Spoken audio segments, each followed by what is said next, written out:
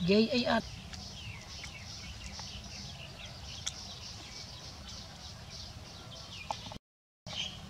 nhóm ta này tinh áo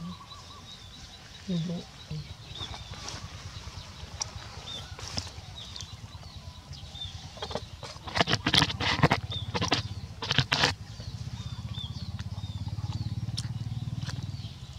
mày luôn tiền bán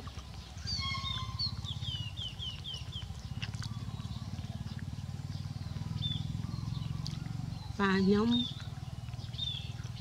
mình còn ngọt tới thì sai vào đây sai các bạn pana hay tục sai rồi con chuột này vì nhóm bạn đây mà nhóm ở giờ luôn anh tiên nhóm chạy con bởi nhóm lụa tinh lan bầy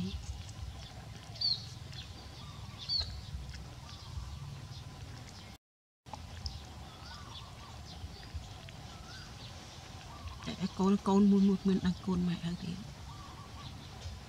mình mặc khai thần tự mà mơn bên nè bấm pơn nè nó mặc khai mình nè tập pi mơn đấy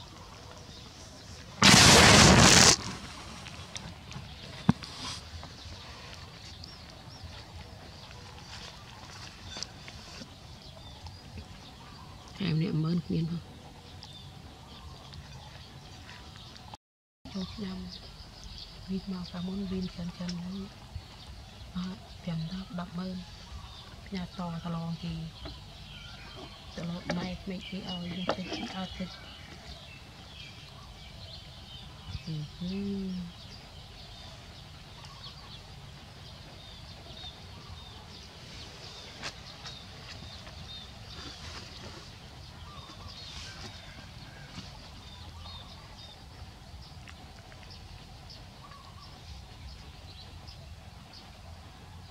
này to su mẹ nó to su để em làm miên chăn làm ai thì to từ miên chăn miên tia但មានស្អាត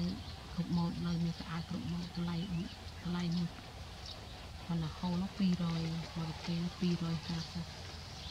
ទៅខ្ញុំនឹងទៅចាប់ទៅប្រាក់ផ្ទះវិញចឹងអត់មានចឹងអូនខ្ញុំនៅចាំទស្សនៈខ្ញុំសង្កេតសាច់ទៅគីឡូឡើងទឹកទៅអីឈោទៅឈោញ៉ាំបាច់ឡើងទេสมัยทำจะlàm lại cứ mọi chuyện này mọi chuyện bàn từ quê đâu từ nhầm từ nhầm nhầm thôi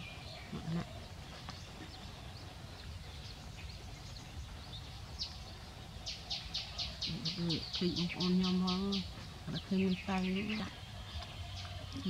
chặt đi tôi chị bác luôn cái chuyện còn bị bò còn tại bay này ai propi